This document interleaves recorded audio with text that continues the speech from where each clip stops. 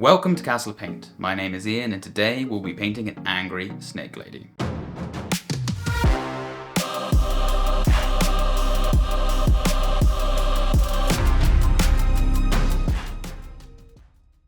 The Melusai Ironscale is a miniature from the Daughters of Khaine army for Warhammer Age of Sigmar. They are elite war leaders crafted from the souls of elves that blaze bright with the need for revenge.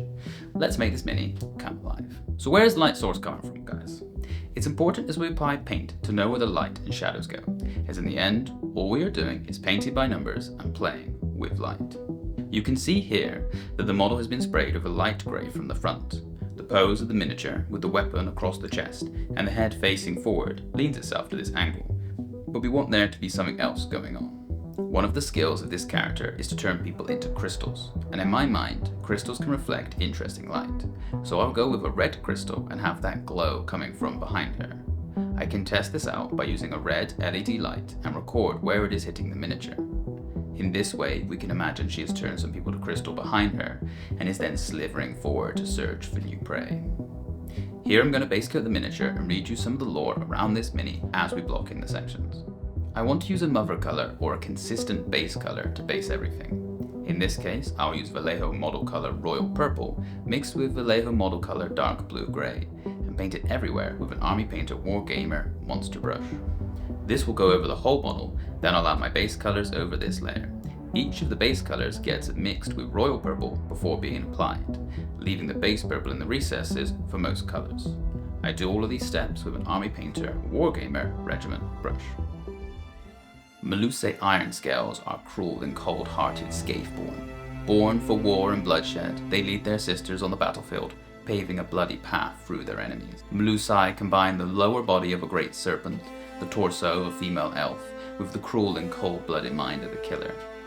Partially consumed by the chaos god Slaanesh, even when rescued from his gullet, many of these elf souls are permanently damaged and transformed by their torment, and now the Melusai of a race of half-serpentine warrior elves and spies at the behest of their queen and goddess, Morathi.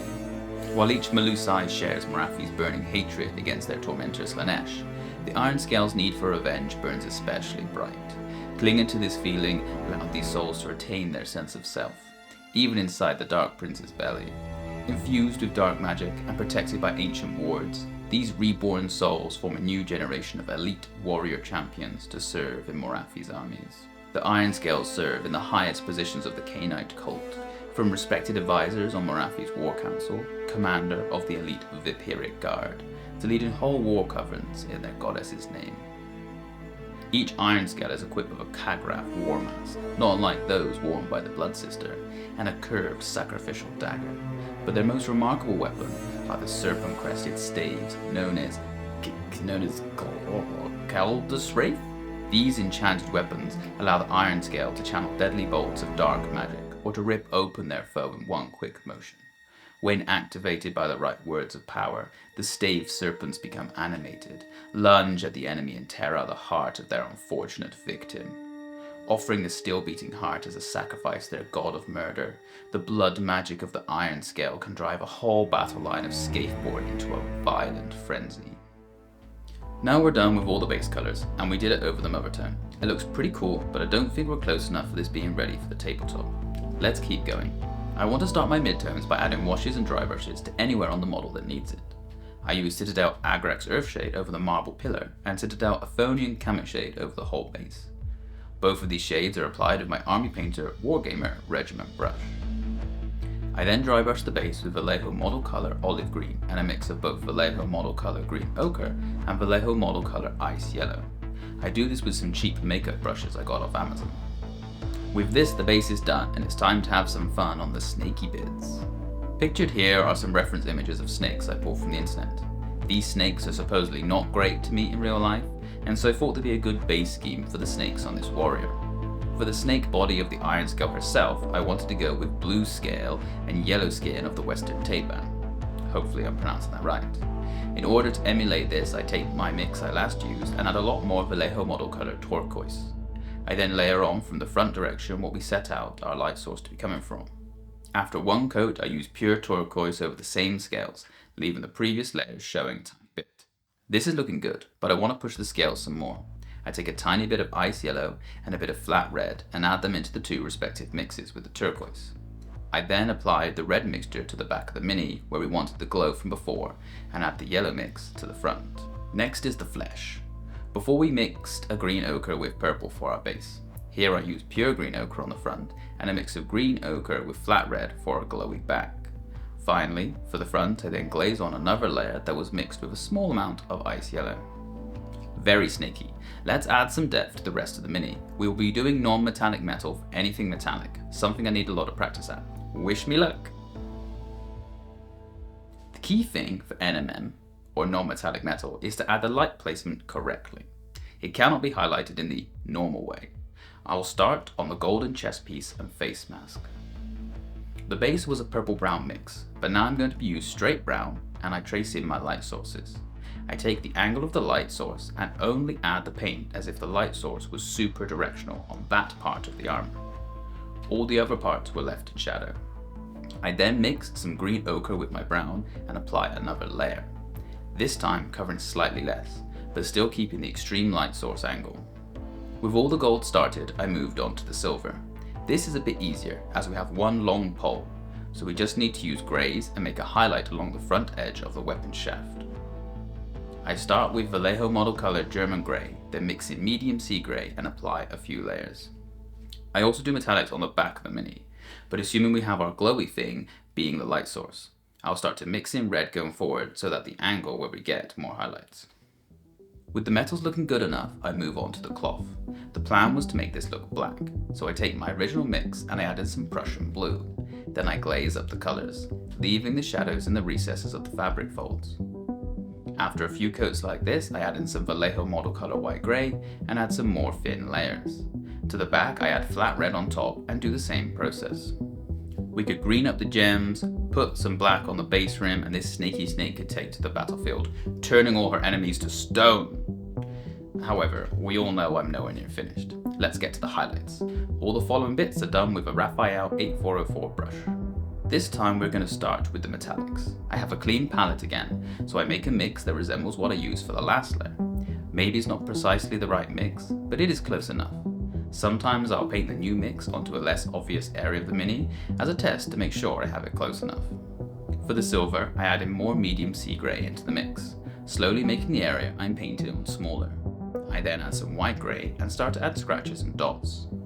This metal will have been well used, and the irregularity will give it a more natural feel, while helping me to make the highlights easier than following just one big long straight line. Finally, I do some super small dots with pure white grey. For the gold or bronze, I take pure green ochre and apply a smaller layer over the already painted areas. Then I start to add ice yellow into my green ochre, then layer, then layer. Small extra bits of ice yellow are added to the mix to push out light sources to be even brighter. As my colour reaches closer to pure ice yellow, I start to make little dots and slashes until finally applying pure ice yellow on the extreme edges of where the light would hit. I have to somehow make this look like the flame affected it. So I take Citadel Caraba Crimson shade and apply it over the brighter areas of the metal. I also take some Citadel Darucci Violet and apply that onto the recesses of the front faces of the gold where I steeled into the gaps. Now let's get slivery. For the snake we don't have to highlight everything and can focus on the front where our main light source will come from. For the blue-green scales I take turquoise and mix in more and more ice yellow, each time layering over a smaller part of the scales and normally less and less of the scales. We can achieve a nice transition here without spending a huge amount of time working on blending between scales, all the scales. After a few layers, we are more green than blue and it's looking really nice. For the snake belly flesh, we have green ochre with ice yellow from our last layers. But now, after realizing that I need to not make it look the same as the gold, I switch up ice yellow for flat yellow and sometimes white grey. Doing layers like this gives it more of a yellow hue, which matches what I wanted and also makes it a bit different to the NMM gold. We are getting close here. I really enjoy the way the scales look, but I think the gold has too much of the darker tone, something I need to work on. Let's finish off the skin and get to the hair next. It is at this point where I realized that I forgot to do any mid-tones for the hair. So for this, I'm going to go from base all the way up to the highlights. We want this to read as white, But because of the nature of white paint, I probably won't use pure white until we get to the final highlight. Light, white, white, light. Since my base was Vallejo medium sea grey mixed with the purple, I made that mix again and then made 2 further mixes. For the front of the hair, medium sea grey is added. For the back of the hair, flat red and a tiny bit of white grey is added. I then take both of these colours and highlight them up a few layers by adding more of each of the extra paints as I go up a layer. After a few, I stop applying the layers to the back as we don't want it to go too bright, but just enough to show there is depth. Finally, we go to pure white grey on the top and the front of the hair to really sell the colour. This hair is kinda now white, but I think it looks white enough. With the pinkish tone and the back kind of being what I wanted from our red glow, I find it's often too easy for my reds to become pink when highlighting. I also forgot to do the skin before as well, so now we will do as we did with the hair. Our base was saddle brown, neutral grey and royal purple. I need to consider what I want the complexion to end up with. My normal go-to is a pale skin for evil elves. However, I already have a lot of yellows and purples and very white hair, so I need to be careful about where I go with these colours. I add some flat yellow to my mix, some white grey, and after one normal layer start to stipple on little dots. As I keep adding more dots, I add more flat yellow, more saddle brown, and more white grey each time, and do less and less dots. This gives a lovely texture and looks more organic than just flat layers. We get a light purple tinged pale skin effect by the end of it, and I'm pretty happy with it. Before we move on to the crystal hearts, that I once again forgot, and the fun snakes, I want to cover off some less fun bits.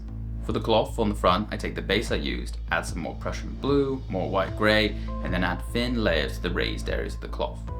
After a few layers, I start to put the much brighter colours on the edges and add some scratches. Then, finally, I do a super bright dot on the very edges of the cloth. With the pillar, I want to paint it like marble. One way I saw to do this on tabletop time was to just paint grey lines over the brown at the base. So I give this a go.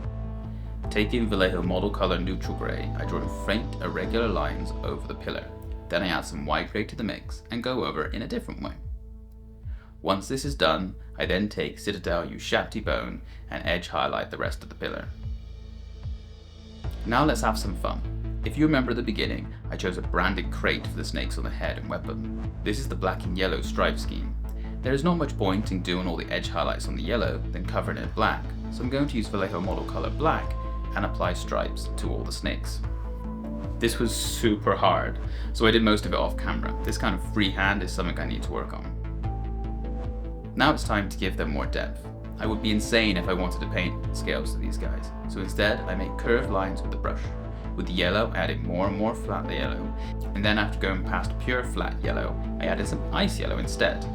For the black, I never go that bright. I start with German grey and add progressively more white grey, again in as thin lines as I can manage. Pure white grey would be too much to sell as it is the colour black, so I stop before I get there. Last step here is the hearts that I also forgot earlier.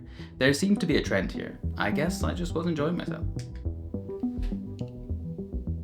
For the red crystal heart thingies, I wanted it to be red. I always tend to go pink when I highlight up, so I tried to avoid that. I mixed my base of flat red and royal purple, then added progressively more flat yellow, flat red, and also white grey to the mix. I started by layering towards the highlight, hitting only the edges and stippling on the brightest colour. In the end this went pinkish anyway. More practice is needed. With the hearts done, we can see this mini is looking great. It can sliver onto the battlefield or into a display case, but the final touches are still needed. Let's make it truly pop. To start with, I create the basis for what I'm going to be building on. I cover all the gems with Vallejo model colour black, and the bits I want to have a bit of a glow with, white grey. I then paint the gems with Vallejo model colour deep green, adding more and more white grey to the mix as I keep going. The key here is to choose a direction for your light and paint the gems the colour in the opposite corner. For the black, I also mix in some flat red and choose a different light angle. Finally, to sell the effect, I put a dot of pure white grey at the light source angle. For our white based bits, I take Citadel Hexray Flame and apply it. This shade gives a really cool effect and makes the face of our Ironscale pretty creepy. The rim is painted black, a matte varnish applied, and a gloss varnish to anything I want shiny or goopy, and then we're done. I suppose you want to look at the finished thing, right?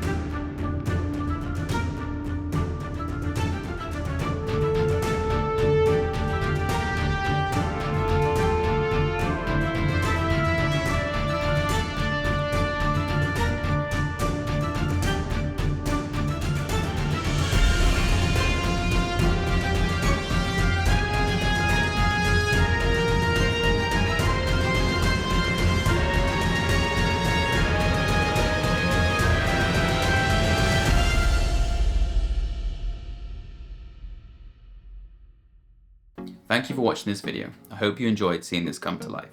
Stay tuned for more, and to delve deeper into what we are doing, head over to castleofpain.com.